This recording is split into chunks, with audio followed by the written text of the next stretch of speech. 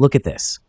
To you, this is a key. It's a physical object. You put it in your pocket, you guard it, you trust it. When you tap it against a reader at your office, or your gym, or your apartment complex, the light turns green, the maglock clicks open, and you feel safe. You feel like there is a barrier between you and the rest of the world, and it has no battery. It has no brain. It's just waiting for a wake-up call. I'm here to tell you that this piece of plastic is a fucking lie. And here is the problem with radio waves. They are invisible, they travel through walls, and most importantly, they can be copied without you ever knowing I was there.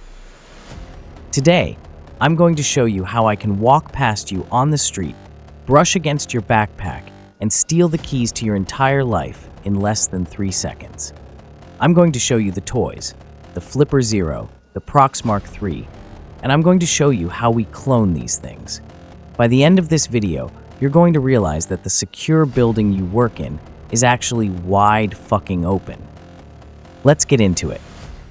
Before we start breaking shit, you need to understand how the lock works. Because if you don't understand the lock, you can't pick it. This is RFID, or radio frequency identification. Like I said, this card has no battery. It's passive. It's dead. It sits in your wallet, doing absolutely nothing until it gets close to a reader. The reader, that black box on the wall, is constantly screaming. It is pumping out an electromagnetic field, shouting into the void, "Who is there? Who is there?" When you bring this card into that field, physics happens.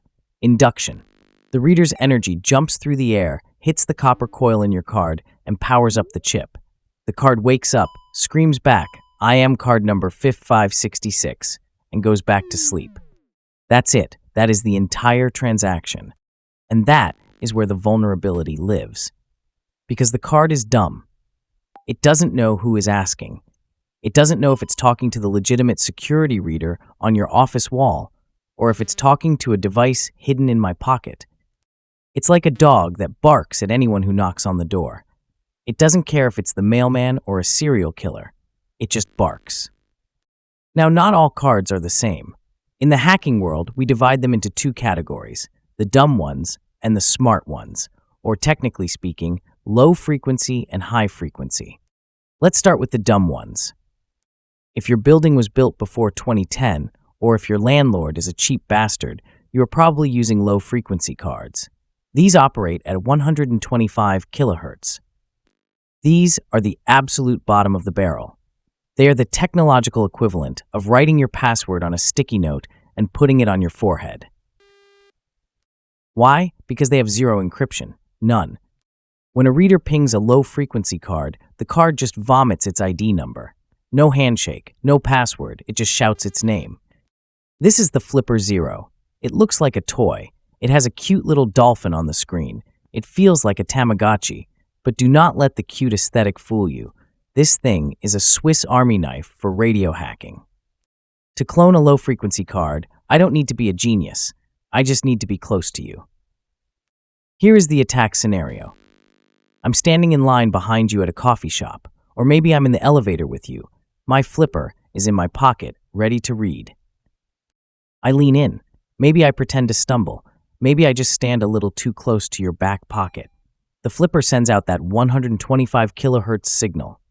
Your card, sitting in your wallet, wakes up. It thinks it's at the office door. It screams its ID number. That's it. I have it.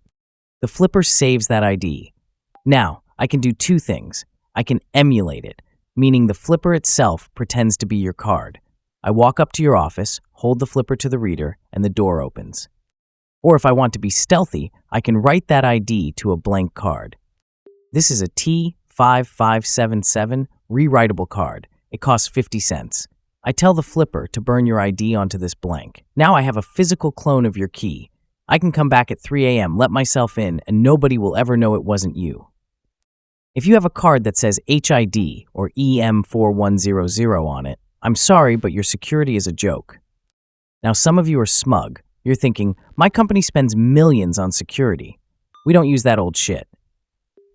You're probably using high frequency, 13.56 megahertz. These are usually NFC cards, like the Mifare Classic or the DESFire. These guys are smarter. They have a brain. They don't just vomit their ID number, they use encryption. When the reader pings a high-frequency card, it's not a one-way shout, it's a conversation. Who are you? I'm card A. Prove you are the reader. Here is a math problem based on a secret key. Okay, I solved it. Here is the answer. It's a secret handshake. If I try to use my flipper to just read this card, I'll get the public ID, the serial number, but I won't get the encrypted sectors. I won't get the actual keys to open the door. If I try to emulate it, the door reader will realize I don't know the secret handshake, and it will tell me to fuck off. So we are safe, right? Wrong. Encryption is only as good as the implementation, and humans are lazy. To break these, the flipper usually isn't enough. We need the heavy artillery. This is the Proxmark III. This isn't a toy. There is no cute dolphin. This is a tool designed for one thing, destroying RFID encryption. The most common high-frequency card in the world is the Mifare Classic. It's used in hotels, subways, and offices everywhere. It uses an encryption algorithm called Crypto 1. It sounds fancy, but here is the reality. Crypto 1 was cracked years ago. It's broken. It has holes in it big enough to drive a truck through. Here is how I hack it. I pull out the Proxmark. I hold it against your smart card. I run a nested attack or a Darkside attack. Basically, the Proxmark starts hammering the card with requests. It exploits weaknesses in the random number generator of the chip. It forces the card to leak tiny bits of information about its secret key. It might take 10 seconds, it might take 10 minutes, but eventually the math breaks down. Once I have the keys, I dump the memory. I have the entire digital soul of that card. But wait, it gets even funnier. A lot of the time, I don't even need to crack the encryption. Why? Because lazy system administrators leave the default keys on the cards. When these cards are manufactured, they come with a default password. Usually, it's all FFFFFFFFFF. You would be amazed, horrified, at how many multi-million-dollar corporations issue badges to their employees where they never bothered to change the default password. I just ask the card, is the password FFFF? And the card says, yeah, come on in. It's pathetic. So we have the data, we have the keys, now we need to make it physical. We need a magic card.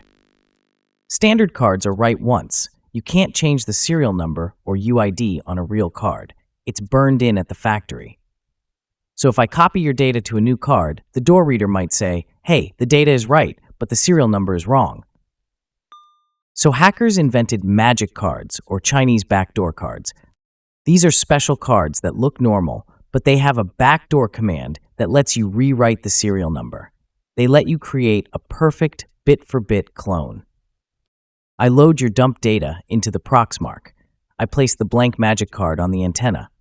I run the clone command. Writing sector done, writing sector 1 done, verifying success. I now have a clone.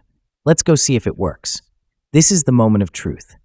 If I screwed up the encryption, the reader will beep red and log a security alert in the system. Security might come looking. If I got it right, I become a ghost. Too easy. I open the door, I'm in. To the system logs, I am you. It says John Doe entered at 10:42 p.m. I can go to the server room. I can go to the CEO's office. I can plant a bug. I can steal hardware. And the best part? You still have your card in your pocket. You have no idea yours was ever copied. You won't know until it's way too late. So why am I showing you this? Why am I teaching you how to break into buildings? Because you need to stop trusting plastic. We built our entire society on the idea that if you hold the key, you own the lock. That is dead. That is over.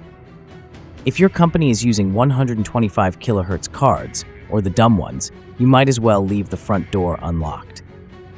If you are using unpatched Mifare Classic cards, you are relying on broken math to protect your secrets. Real security isn't just a green light on a wall reader. Real security is rotating keys. It's using modern standards like Mifare DESFire EV2 or EV3. It's using two-factor authentication, where you need a PIN and a card. But most places won't do that. It costs money. It's inconvenient. So they rely on the illusion. They rely on the fact that you think this plastic is magic. Now you know it's not. It's just radio. And radio is for everyone. Stay paranoid. Keep your cards in an RFID blocking wallet. And remember, just because the door is locked doesn't mean no one has the key. One life, one shot, make it count.